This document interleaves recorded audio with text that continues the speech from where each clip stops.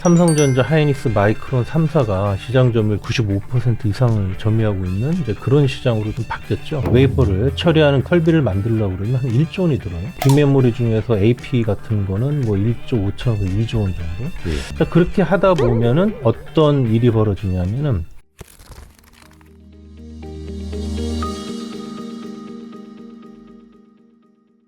하이투자증권의 송명섭 연구위원을 제가 진짜 정말 오랜만에 뵙습니다. 아니 근데 이번에 제가 이 반도체 주가는 왜 실적과 반대로 갈까 이 책을 보고 무릎을 탁 쳤습니다. 아, 네. 반도체 관련주 삼성전자 뭐 하이닉스 대표적으로 투자를 하시는데 이 책을 안 읽어보고 이 책에 있는 내용을 모르고 투자를 하시면 어떡하나 라는 걱정도 들더라고요.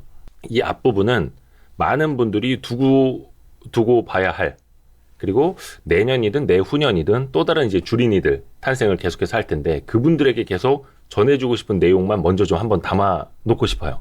네. 예.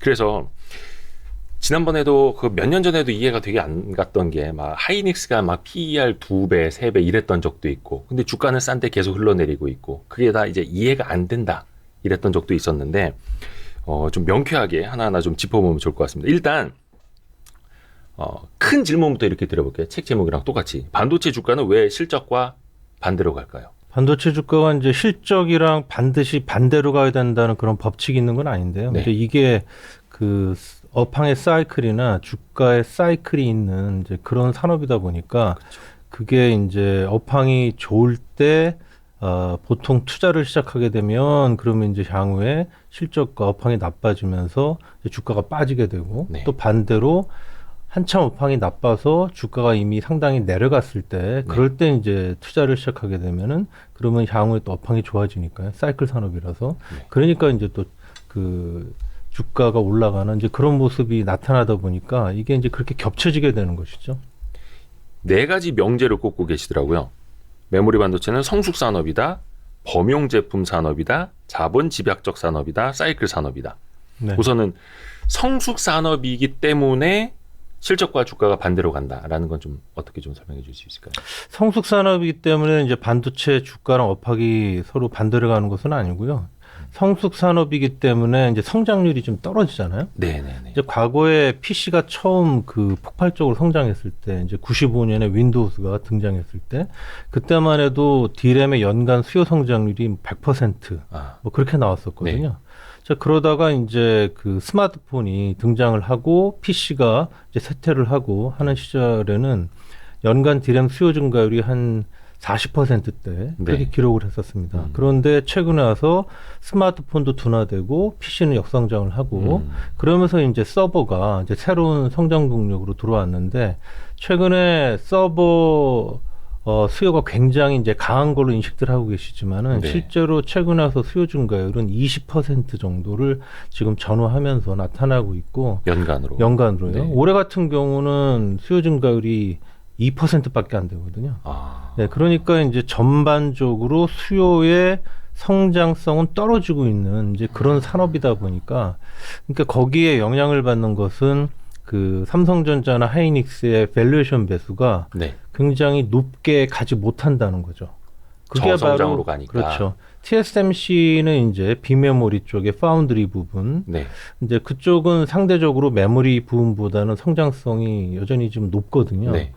이제 그러다 보니까 삼성전자나 하이닉스는 가장 높은 배수를 받을 때도 예를 들면 PBR로 2배에서 2.2배 정도에 네. 그치거든요. 네. 그런데 이제 TSMC는 뭐 4배. 이제 그렇게 받고 있는 것이 결국은 그 수요 성장성의 차이, 그것이 이제 많은 그 영향을 주는 거죠. 그 과거 PC, 스마트폰, 서버로 갈수록 성장률은 조금씩 낮아지고 있고, 또 뭔가 새로운 기기로 변이가 되면서 기존 것들은 또 성장이 좀 도태되고. 그렇다고 그래서 근데 반드시 나쁜 산업이라는 얘기는 아니에요. 왜냐하면은 그렇죠. 그런 과정을 겪으면서 과거에 그 90년대 중반에만 해도 이제 전 세계 D램 업체가 25개였거든요. 네. 근데 지금은 뭐 삼성전자, 하이닉스, 마이크론 3사가 시장 점유율 95% 이상을 점유하고 있는 이제 그런 시장으로 좀 바뀌었죠. 그렇죠. 이제 그러다 보니까 수요 성장성은 좀 떨어지지만 또 몇몇 회사가 그 시장을 나눠 먹으니까 또 그 남아 있는 세 회사들은 굉장히 큰 이익을 가져오는 이제 그런 그 시장으로 좀 성격이 바뀐 겁니다. 성숙 산업이기 때문에 그러하다 하나 이해가 됐고 범용 제품이기 때문에 그러하다라는 건 또 어떻게 받아들이면 될까요? 범용 제품이라는 얘기는 지금 사용하고 계시는 PC에서 그걸 뜯어서 이제 D램을 딱 꺼내서 보면 네. 아마 삼성전자나 이제 하이닉스가 만든 게 꼽혀 있을 거예요. 네. 그런데 그거 대신에 뭐 미국의 마이크론이나 대만의 난야가 만든 걸 꼽아도 PC는 잘 돌아간다는 얘기예요. 규격은 똑같죠 다. 그렇죠. 네. 그러니까 최근에 와서 이제 뭐 일부 D램에서는 조금 고객 성향에 맞춰서 약간 변동이 있는 이제 그런 제품들도 좀 생기긴 했지만 네. 전반적으로는 아직도 그런 커머디티 제품이에요. 근데 커머디티 제품의 특징은 물론 가격이 올랐다 내렸다 하긴 하지만 장기적으로 보면 가격이 지속적으로 내려간다는 게 커머디티 산업의 특징이죠. 그래서 지난 한 20년간의 그 D램 가격 동향을 한번 보시면 이전 10년간에는 D램 가격이 평균 한 20에서 30% 정도, 그 정도 매년 내렸습니다. 매년 20-30%씩 네, 가격이. 그렇습니다. 네. 최근 10년간에는 가격이 평균 한 10% 정도 가격이 내렸어요. 네. 자, 이렇게 가격이 계속해서 내리면 그 만들어내는 그 회사들 입장에서는 어떻게 되겠습니까? 가격이 떨어지는 것보다 내가 원가 절감을 더 많이 해야 그렇죠. 그래야 이제 이익이 남는 거잖아요. 네. 그래서 이제 반도체 산업에서는 이 원가 절감이라는 개념이 굉장히 중요한 거거든요. 근데 거기서 이제 나오는 것이 바로 이제 사이클 산업이라는 것과 이게 연결이 돼요. 네. 그게 어떤 얘기냐면은 가격이 계속 내려가니까 이제 원가 절감을 해야 되는데 반도체 산업에서 원가 절감을 한다는 의미는 뭐냐면 웨이퍼에서 나오는 칩수를 늘리는 겁니다. 한 판에서 만들 수 있는 것들을 늘리는. 그렇죠. 그래야 반도체 칩당 원가가 떨어지게 되죠. 그렇죠. 그래서 이제 많이 들으셨을 뭐 미세 공정. 네. 그래서 원 A 나노에서 원 B 나노, 원 C 나노 지금은 뭐 이런 식으로 계속해서 이제 원가 절감을 그 미세 공정 전환을 통해서 이제 하게 되는 것이고 한마디로 생산을 많이 해야 칩당 원가는 떨어진다는 얘기잖아요. 네. 자, 그런데 생산을 많이 하려고 하면 부득이하게 투자를 많이 할 수밖에 없는 거죠. 네. 그래서 지금은 예를 들면은 D램 같은 경우에는 월 10,000장을 웨이퍼를 처리하는 그런 그 설비를 만들려고 그러면 한 1조 원이 들어요. 월 10,000장 만드는 설비를 만들려고 도입하려면. 하면 1조 원. 그리고 뭐 낸드는 한 7, 8천억 들고요. 네. 그 다음에 뭐 비메모리 중에서 AP 같은 거는 뭐 1조 5천억, 2조 원 정도. 예. 그렇게 어마어마한 돈들이 이제 투입이 되는 거예요. 네. 그렇게 해서 이제 굉장히 커다란 그런 캐펙스를 생산하기 이전에 미리 이제 투입을 하는 겁니다. 자, 그렇게 하다 보면은 어떤 일이 벌어지냐면은 반도체 매출 원가에서 고정비, 즉 감가상각비 비중이 굉장히 높을 수밖에 없는 거죠. 그렇죠. 처음부터 돈이 많이 들어가니까. 그렇죠. 그러니까 생산 이전에 이미 들어간 비용이 많다는 거예요. 그렇죠. 그래서 최근에는 매출 원가에서 그 감가상각비가 거의 50%에 달하는 경우도 있어요. 자, 그러면은 이제 어떤 일이 벌어지게 되냐면 지금처럼 반도체 가격이 계속해서 이제 떨어지는 이제 그런 국면이라고 한번 보시면은 네. 지금은 뭐 그런 일이 자주 있지는 않지만은 과거 같은 경우는 워낙 이제 업황이 안 좋고 그러면 D램 가격이 이제 영업 원가를 뚫고 내려가죠. 지금도 이제 한 4분기 정도 되면 그런 일이 벌어질 거예요. 그럼 엄청난 적자. 네. 이제 적자들이 나는데 그렇다고 그래서 반도체 회사들이 생산을 안 할 수는 없는 거예요. 놀릴 수는 없죠. 그거 멈출 수도 없고. 그렇죠. 왜냐하면은 장부상으로는 영업 적자가 나지만 그러나 그 원가에서 이미 투입된 영어로는 썬큰 코스트라고 네. 그러죠. 이미 투입된 비용이 많기 때문에 사실은 생산하면 생산할수록 내 손으로 현금은 들어오는 거예요.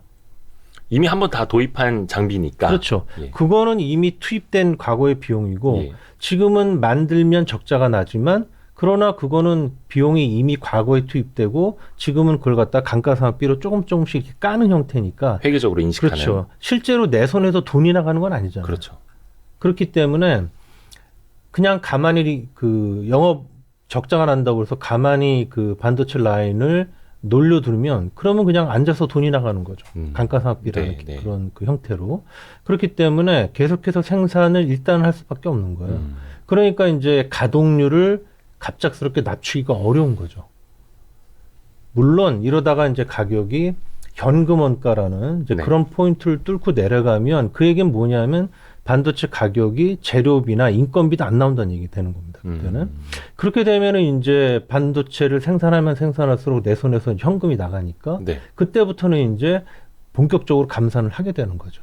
아, 그러니까 영업 원가와 현금 원가 사이에 그 공간에 네. 그 구간 사이에 반도체 가격이 있으면 그러면 반도체 회사들은 웬만하면 감산할 수가 없는 거죠. 네. 그러면 그 얘기는 뭐겠습니까? 계속해서 생산은 원래대로 나온다는 얘기잖아요. 그렇죠. 그런데 이제 수요는 뭐 지금처럼 뭐 코로나19 언택트 수요의 버블이 꺼지고 그다음에 이제 경기가 둔화돼서 뭐 수요가 나빠지고 하면서 수요는 떨어지는데 생산은 그렇게 쉽게 줄일 수가 없다 보니까 한번 나빠지면 반도체 업황은 그런 사이클이 꽤 오래 가는 거예요. 그래서 보면 보통 한 2년 정도, 1년 반에서 한 2년 정도 한번 나빠지면 그런 다운 사이클이 지속이 되고 네. 또 반면에 좋아지면 또 한 2년 정도 업 사이클이 지속되는. 그래서 그러한 그 사이클 산업의 특징이라는 게 바로 이 원가, 그 다음에 썬큰 코스트, 이런 것들로 해서 결국 나오게 되는 거죠. 원가를 절감하기 위해서 또 생산량도 계속해서 높일 수밖에 없고 그렇죠. 또 방금 이어지신 말씀이 그 자본 집약적 산업이다라는 걸로도 이어지는 거네요. 그렇죠. 이제 한참 그 업황이 좋고 예. 반도체 가격 막 오르고 그러면요. 일단은 이제 고객들은 야, 우리가 지금 실제로 한 100이 그 필요한데 네. 근데 이제 모자라니까 음. 뭐 삼성한테 가서도 한 120달러 그러고 좀 땡겨서 사죠. 하이닉스한테도 한 120달러 그러고 네. 마이크론한테도 가서 한 120달러 그런단 말이에요. 네. 그러면 일단은 반도체 회사들은 고객들이 달라고 하니까 그러니까 어쩔 수 없이 또 생산을 좀 늘려야 되니까 네. 투자 금액을 늘려야 되고요. 네. 그 다음에 지금은 업황이 좋았고 가격이 오르다 하더라도 이게 커머더티 산업이다 보니까 나중에는 또 가격이 빠질 게 뻔하잖아요. 그러면 이제 그에 대응해서 미세공정 전환이나 또는 생산설비 투자는 지속적으로 할 수밖에 없는 거죠. 네. 또 돈을 많이 벌면 더 많은 캐펙스를 투자하게 될 것이고. 그렇죠. 그러면서 이제 생산이 늘고 공급이 느는 가운데 이제 갑작스럽게 지금과처럼 이제 수요가 이제 둔화되고 이러면은 고객들은 와가지고 야 우리가 미안한데 120달러고 했는데 지금 상황이 그런 상황이 아니다. 70만 가져갈게. 막 한 이런. 70, 50만 가져갈게. 지금 이게 바로 현재 상황이에요. 아하. 그렇게 되면 이제 갑작스럽게 이제 공급 과잉이 되고 반도체 가격이 빠진단 말이에요. 네. 자, 그렇게 해서 이제 그런 상황이 한동안 이어지면 그럼 반도체 회사들이 돈을 못 벌잖아요. 네. 그러면은 이제 투자를 하고 싶어도 돈이 없어서 캐펙스 투자를 못 하죠. 음. 그러면은 또 생산 증가율이 떨어지게 되죠. 네네네. 그러면은 수요는 또 점점 회복되니까 예. 그런 과정을 거쳐서 또 공급보다 수요가 더 많은 아. 공급이 부족한 그런 상황으로 가서 또 업황이 좋아지는 겁니다. 요거를 책에서도 그 배추 농사에다가 이제 좀 비유를 네, 하셨는데 네. 사실 석유화학 같은 사이클 산업도 배추 농사 같은 거에 좀 많이 빗대잖아요. 네, 그거랑 거의 유사하다고 보면 됩니까? 네 아니면 맞습니다. 반도체 좀 석유화학도 굉장히 큰 규모의 캐펙스가 들어가는 산업이잖아요. 네. 네. 그러니까 이제 거의 성격이 그 반도체랑 비슷한 면이 있는 거죠. 아, 그래서 사이클이 계속해서 반복될 수밖에 없는 거고. 네. 근데 그 사이클이 아까 말씀 중에서도 최근에는 한 2년, 1년 반 정도로 좀 짧아졌다. 예, 근데 옛날에는- 과거에는 한 4년, 네, 5년 막 이렇게 맞습니다. 보지 않았나요? 네, 옛날에는 이제 올림픽 사이클이라고 그래서 네. 한번 업턴이 되고 다운턴이 되면 보통 한 4년 정도 사이클이 지속이 됐었는데 근데 이제 지금은 회사 숫자가 줄었잖아요. 회사 숫자가 줄다 보니까 옛날처럼 그렇게 한 번에 큰 과잉 그다음에 한 번에 큰 폭락 네. 이런 게 나오질 않아요. 아, 지금은 이제 그보다는 사이클의 길이와 진폭은 좀 축소된 것이죠. 회사 숫자가 줌에 따라서.